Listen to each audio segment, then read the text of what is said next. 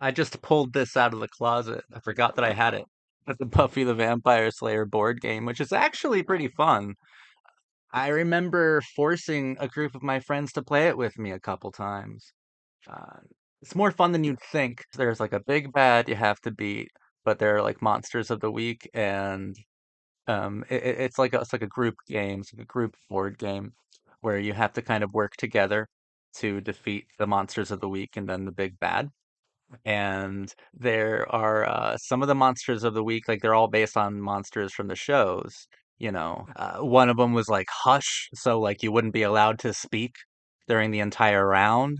Or there's like a Once More with Feeling part of the game where you have to sing everything you say to each other. It's actually pretty fun. There's a decent amount of role playing involved with it too. I even bought the expansion pack so I could play as Faith because I am hopelessly devoted to our girl Faith. She's really fun, and I forgot I had these. So anyway, let's get into the analysis. Let's talk about a certain splendiferous, magnificent, effulgent god named Glory. Funny, because I look around at this world you're so eager to be a part of, and all I see is 6 billion lunatics looking for the fastest ride out. Who's not crazy? Look around. Everyone's drinking, smoking, shooting up, shooting each other, just plain screwing their brains out because they don't want them anymore. I'm crazy? Honey, I'm the original one-eyed chicklet in the kingdom of the blind. Because at least I admit the world makes me nuts. Glory is one of my top five favorite Buffy the Vampire Slayer characters.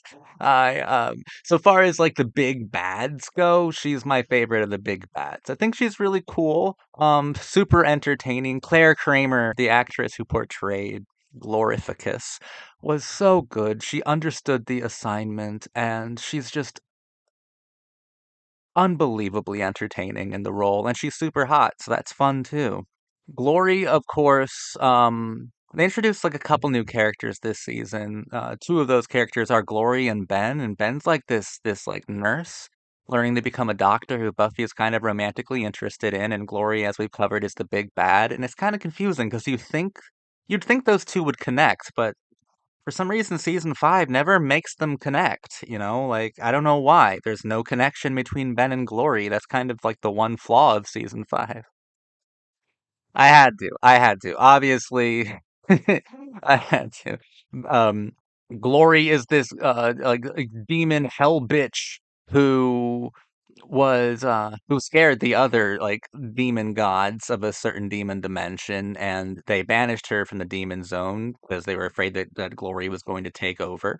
And they confined her within the body, the prison of a mortal man, being Ben. So Ben and Glory, they shift out of each other. They turn into each other in and out. And whenever they do this, like mortals, humans, they don't remember that it happened, which makes for some very funny Spike lines. Spike is hilarious, all right? If I forget to mention it, James Marsters is incredible in this season. I think this is my favorite Spike season. There's something really cute and cringe and funny and occasionally heartbreaking about seeing Spike so in love with Buffy. Season 5 I think has the best Spike moments, the most human ones too. James Marsters was incredible in season 5. Season 5 as a whole is a masterpiece. I think that the best seasons of Buffy in order are season 3, season 2, and then season 5. I think that those three seasons are beyond words, to be honest. Beautiful television, masterworks, all of them. And it also marks the end of, I think, Joss Whedon's original intentions with the show, the original arc. This is the season where Buffy dies. But we'll get into what her death means, I believe, symbolically and personally for Joss Whedon and to the show and to the philosophy of the show. We'll get into that in a little bit. You won't have to wait too long, though. Glory is an entirely vain god, self-obsessed. They even say early on that Buffy compares Glory to Cordelia. saying that she reminded me of Cordelia, actually, and we're talking about the superficiality. We're talking about being obsessed with status. We're talking about glory itself, and I like to view the characters on the show like hyper literally now, like based on their names. You know, like glory, I think is about like renown, about esteem, about status, about how people view you. And there's a certain inherent or intrinsic vanity to the concept of glory itself. You know, there is a self obsession to the concept of glory. And I think that that is morbidly personified in wildly entertaining and demonic ways by Claire Kramer within the character of Glorificus. And glory itself as a concept, like it's like a weird empty thing that the human condition is always striving for. We're always striving for glory, to attain some kind of glorious status. And it's not only empty, it's deeply narcissistic, right? It's like some people would think that glory is the gift for a life lived virtuously, which is an entire lie and something that Joss Whedon, an existentialist, a nihilist, definitely is intimate with that concept, with the artifice of the concept of glory, where how glory is, I think, inherently evil, and also glory being a god, because glory concept does seem to control the hearts of men. And I like that she shifts back and forth between Ben, and I've seen a lot of analyses where they talk about gender dysphoria, and I think that's accurate. That is not something I engage with about the character. I'm more hyper literal about it. I'm like, Joss Whedon has presented us with this existentialist masterpiece of television where God is beyond dead, God is a non-issue, right? But God is this villainous, cretinous thing in a lot of ways. And where is God held? God is held within the hearts of, within the very souls, the bodies of unknowing, um, desperately pathetic, and extremely normal and average young men. Like Ben is carrying around the the works, the deeds, the mightiness of glory of a god, and it's through Ben's body, like as an instrument. That's how gods do their horrific deeds, which are normally always horrific. Um, Gods are an error. God is bad. God is dead, and God should stay dead. But God will never be dead if helpless young men continue to carry it around with them. And Ben is not happy that he's bound to glory, to this hell bitch, to this demon god. He's not happy about it, but it's just a part of him. It's like this primal part of him. Season 5 also asks the question of what even is a body. And I think we investigate those concepts in the most interesting ways with Buffy's mother. But I'll talk about that episode in a moment. But we also talk about it with Dawn. Like, what is Dawn? Is she just a body, just a vessel for a key? Does she exist? Is she a narrative mechanism? Is she some sort of like postmodern ploy mechanic? Um, what is a body? Well, what is a body for Ben? What is his body? Like, it is this thing. It is a vessel. Yeah, it is this thing that carries within it Holocaust, the status of annihilation. Annihilation is status. Glory, I think, is a fascinating villain, and I think that it's really cool that she keeps morphing in and out of Ben, who she is bound to. I think that's a fascinating concept because you can also go even a layer under it for a bit of uh, gender theoretics, right? You can say that um, within every man is this incurable drive towards glory, this incurable narcissism, which is personified through uh, through a sort of like sexual or erotic fantasy, you know, or you can do vice versa on that as well, and it could be just as interesting that that within every narcissistic, beautiful woman, there is some weird and weak, entirely average man holding her down. Holding her back from her true potential. I'm a big Glory fan. I think Glory is amazing. I like the conversations that she has with these characters, with Tara before she drives Tara insane, with Buffy, and there are like a lot of like big bad confrontations in this season. Glory got a lot of time to really develop. But I think the most interesting conversations she had was with Dawn. Dawn, who is one of the most interesting and fascinating creations of Joss Whedon, played by Michelle Trachtenberg, who we love on this channel. We are big Gossip Girl heads over here. Georgina Sparks for life, and I think she's incredible as Dawn. And since we are Team Michelle Trachtenberg, Joss Whedon, you are a fucking creep. Stay away from her. Stay away from her, Joss. Stay away from her, you fucking weirdo. What is? Look at what I have on screen right now. She had to be isolated from Joss. Joss was not allowed to be alone with a child.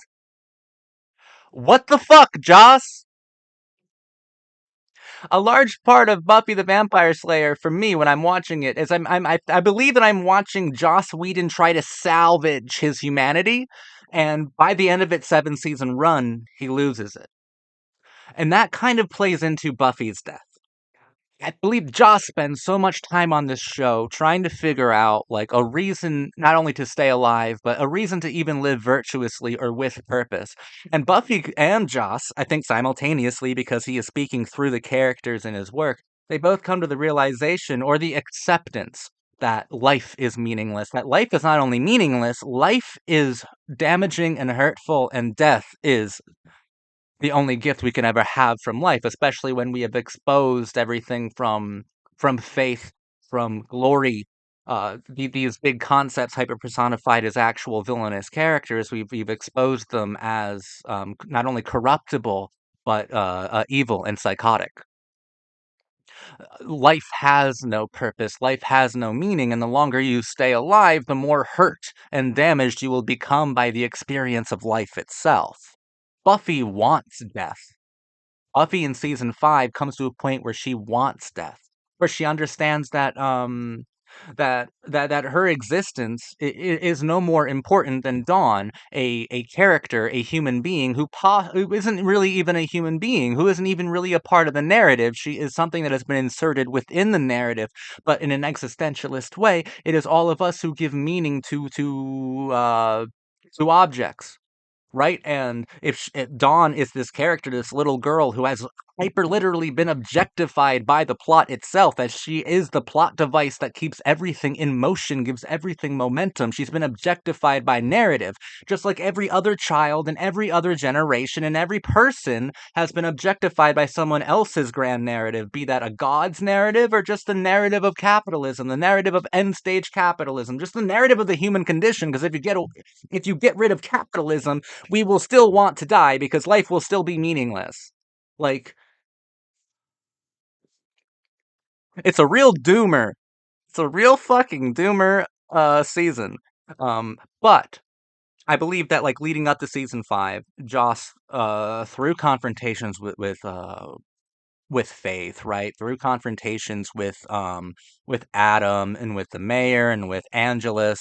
I believe that up until season 5, Joss was doing his best to look for that silver lining, however superficial it may be, trying to search for that silver lining. And he doesn't lose it all here. He somehow gives us a hero's death within the complete acceptance of nihilism. Sure, Buffy sacrifices herself, but it's still technically suicide. It is still suicide, and suicide is still a liberating thing for Buffy. In fact, she's upset when she's brought back in season 6. She's beyond upset. She's mortified and gutted by being brought back to life. She was happier dead. Death was her gift. But within Buffy's sacrifice, within Buffy's suicide, because that is what it is, Joss Whedon still provides us with a hero's death through nihilism, and the way that he accomplishes that is by reminding us that living is the most courageous, is the scariest thing you could possibly do. So please live. You'll receive a gift, and that gift is death.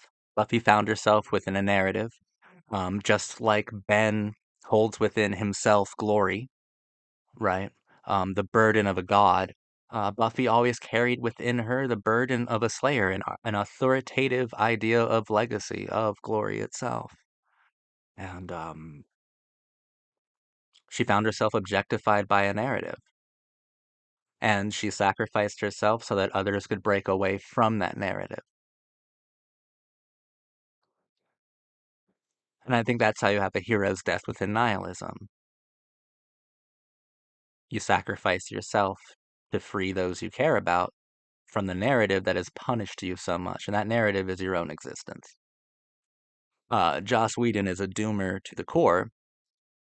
He's a nihilist. And I think that Buffy's first 5 seasons are fascinating because Joss seems to bounce back and forth between complete nihilism and a hopeful sort of naive existentialism.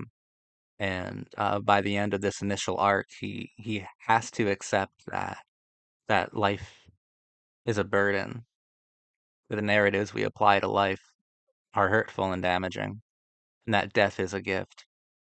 And he spent so much time with this character, Buffy, trying to figure out a way to live virtuously. And ultimately, um, despite all of his meditations, all of his ruminations, all the things he tried to explore, ultimately, the only answer, the only honest one, was suicide. But there is a little bit of optimism here, and there's no way that you could view Buffy as anything less than a hero. And that's incredible. It's a very bitter pill to swallow, but it's honest. It is honest. The episode called The Body is one of the best directed things I've ever seen in my entire life. One of the best things, if not the very best directed thing I've ever watched. I think its composition is extraordinary. I think that what it is expressing is aching and very intimate, and it hits all of those personal, private, scary places within all of us who have ever dealt with loss. I was Buffy's age. I was the same age Buffy was when my own mother died unexpectedly. And it's difficult for me to talk about the body. I have made an entire video about the body, an analysis of it that was about an hour and a half. So I'll link that for you to watch. Uh, it's a very difficult episode to talk about because it interacts directly with scars that aren't scars, right? Cuts that will never heal, cuts that will never mature enough to become scars. And it's hard for me to talk about that episode, but it strikes me very deeply, and I love it. And it's beyond beautiful. W- it moves me. It moves me. It is moving, and it, it's a stunning work. The body is beautiful. So watch my analysis of the body in its separate video. Buffy the Vampire Slayer season 5 is a remarkable season that really wraps up all of the themes, all of the philosophical discussions that the show is having with its own archetypes, with its own meta narrative, with its own frameworks, and with the audience. It wraps up all of those philosophical discussions, I think, beautifully, and I think honestly, right? I think in a way that is remarkable. Now, of course, Joss is going to come back, and so is Buffy. But season 6 of Buffy the Vampire Slayer is going to be an entirely different beast. It's going to be outwardly nihilistic. It's going to be frightful and pessimistic. And we will no longer have Joss struggle with the question of meaning and meaninglessness because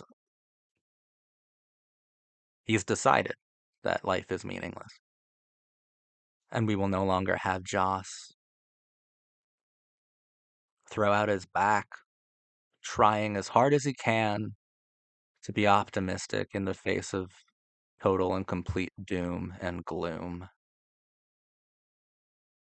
Joss doesn't have the energy to be optimistic anymore. In fact, I don't know how much humanity Joss has left after this season. So talking about season 6, we'll be talking about Buffy in a very different kind of way. Um, in a way that might be closer, but in a way that's also very, I think, shocking and depressing and self-hating. Buffy season 5 is a masterwork. These episodes are structured beautifully. I think that Jane Espenson, Doug Petrie, Marty Noxon, Joss, of course. I think they're all so comfortable here. The episodes are structured beautifully. Like there are really no duds this season. Every single episode is magnificently composed, written, acted, and presented. I'm really astonished by how fucking perfect season 5 is. It's so good. Season 3 I will always think is the best one because Faith has this immediate power and appeal to me personally. Um, I think it's daring and brutal and gorgeous and sexy. Season 5 is about reaching the end of a long philosophical debate and the side that won out on the debate is meaninglessness, is nihilism. Nihilism won because nihilism is the only honest reaction you could have to life itself.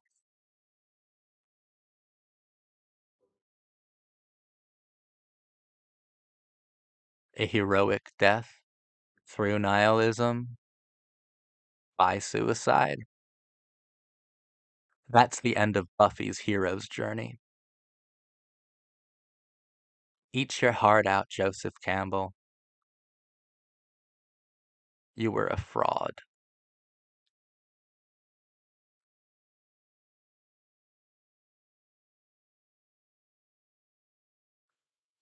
This season is beautiful because this season is truthful and funny as fuck, dude. This season's so funny.